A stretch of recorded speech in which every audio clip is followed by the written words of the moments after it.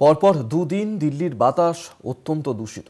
বুধবার সকালে রাজধানীর অনেক স্থানেই AQI 420-র ওপরে, বহু জায়গায় দৃশ্যমানতা কমে গিয়েছে।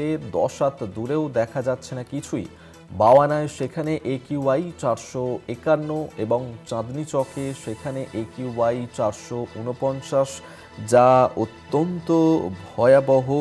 এবং দিল্লিতে AQI 420-র ওপরে একাধিক জায়গাতেই সেই ঘটনা। আনন্দ বিহারে যেখানে 438, অশোক বিহারে 439, বাওয়ানায় 451, এবং এভাবেই দিল্লিতে ক্রমশই বেড়ে চলেছে দূষণের মাত্রা। সেখানে দৃশ্যমানতাও কমে গিয়েছে অনেকটাই। অত্যন্ত দূষিত হচ্ছে দিল্লির বাতাস। আমরা এই নিয়ে আরও বিস্তারিত কথা বলবো। আমাদের সঙ্গে এই মুহূর্তে টেলিফোনে রয়েছেন আমাদের পলিটিক্যাল এডিটর আশিস চট্টোপাধ্যায়। আশিসদা, ক্রমশই দিল্লির বাতাস দূষিত হয়ে পড়ছে, কি কারণ কি জানতে পারছেন?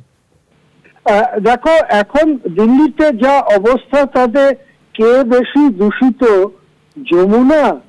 যমুনার জল নাকি দিল্লির বাতাস, এই নিয়ে যেন প্রতিদ্বন্দ্বিতা চলছে। দিল্লিতে পরপর দুদিন গড় এয়ার কোয়ালিটি ইন্ডেক্স বা AQI বলা হয়, সেটা 420-র ওপরে। দিল্লিতে এটাকে বলা হয় মোস্ট সিভিয়ার, বা যাকে বলা যেতে পারে লাল সতর্কতা পরিস্থিতিতে পরপর দুদিন দিল্লি রয়েছে। কয়েকটা জায়গায় পরিস্থিতি আরো খারাপ। বিখ্যাত জায়গা আনন্দ বিহার, সেখানে AQI আজকে সকাল 7টার সময় ছিল 438, বাওয়ানাতে 451, চাঁদনি চকে 449, দ্বারকা সেক্টর 8-এ 423, ITO-তে 433, মুন্ডকাতে 443, নারেলা 437, রোহিণীতে 442। এইগুলো সবই হচ্ছে একটা লাল সতর্কতা জারি করার মতো এয়ার কোয়ালিটি ইন্ডেক্স। তারপরে সকাল 7টার একটা খবর বললাম, তারপরে ঘন্টাখানেকের যে খবর আমার কাছে এসছে, তাতে এই পরিস্থিতি আরো খারাপ হয়েছে। কেননা রাস্তায় গাড়ি ঘোড়া নেমেছে, জনজীবনের যে তৎপরতা সেটা শুরু হয়েছে, ফলে এই পরিস্থিতি আরো খারাপ হয়েছে।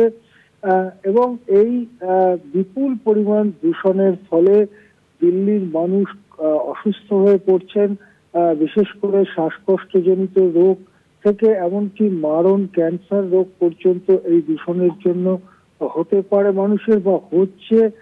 দিল্লিতে কর্মরত চিকিৎসকরা বা হাসপাতাল কর্মীদের সঙ্গে কথা বললে সেটা জানা যাচ্ছে যে কিভাবে বেড়েছে এই ধরনের অসুখ বিসুখ, এবং ডক্টর ভিজিট বেড়েছে।